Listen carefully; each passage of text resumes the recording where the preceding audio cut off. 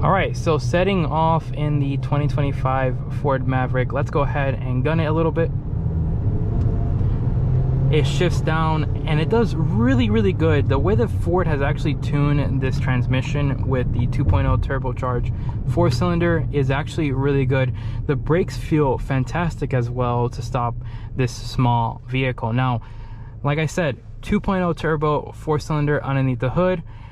New for 2025 2.5 liter with the hybridized engine as well as all-wheel drive. You can finally get all-wheel drive in the hybridized version. So if you're somebody who wants to have a little bit more power than saving fuel economy, even though this 2.0 turbo does a really good job when it comes to the fuel economy overall, go for this one. If you want something that is going to save you on fuel, go for the hybridized version. You know, the hybridized version is really good. It has a CVT transmission for that model, but it does come with the all-wheel drive, which is something that so many people have requested within the Maverick community, as well as potential future buyers of the Maverick. Now, when it comes to this vehicle, this is the base version, so you're gonna have a little bit of sound being implemented from the road noise. It doesn't have a lot of insulation that you would see within the higher trims. Once you start going up the ladder, like XLT, the Lariat trim, even the Lobo version that's actually brand new for this model year is gonna have more sound deadening to mitigate the overall intrusion of sound. But this is a work truck.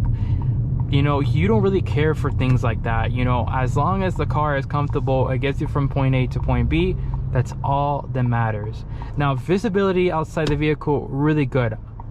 Seeing outside the front, even the rear with this rear view right here, really good. There is no blind spots whatsoever from what I've noticed sitting in this vehicle. And whenever it comes to like doing U-turns or anything like that, it's really good actually. And this new touchscreen display, I really like the fact that they've incorporated a larger touchscreen, especially in this class. Nobody competes in this class. I mean, Ford is the only one. Chevy doesn't have anything, neither does Toyota, which is something you would have expected to have. The only other car I could see that competes against this, well, I truly think it does compete against this, is Hyundai's Santa Cruz. But the Hyundai Santa Cruz, honestly, just styling wise, just doesn't look as good as what the Maverick does. You know, it's just the right car for the right time. That's exactly what the Maverick is. It's well built, has a ton of following online.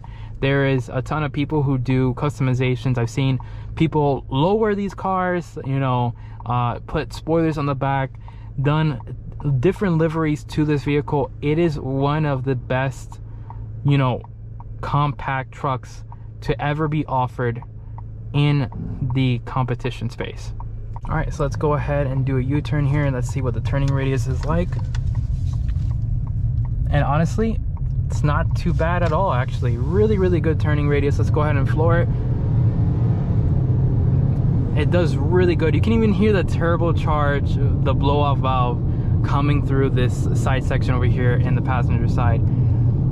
Phenomenal car.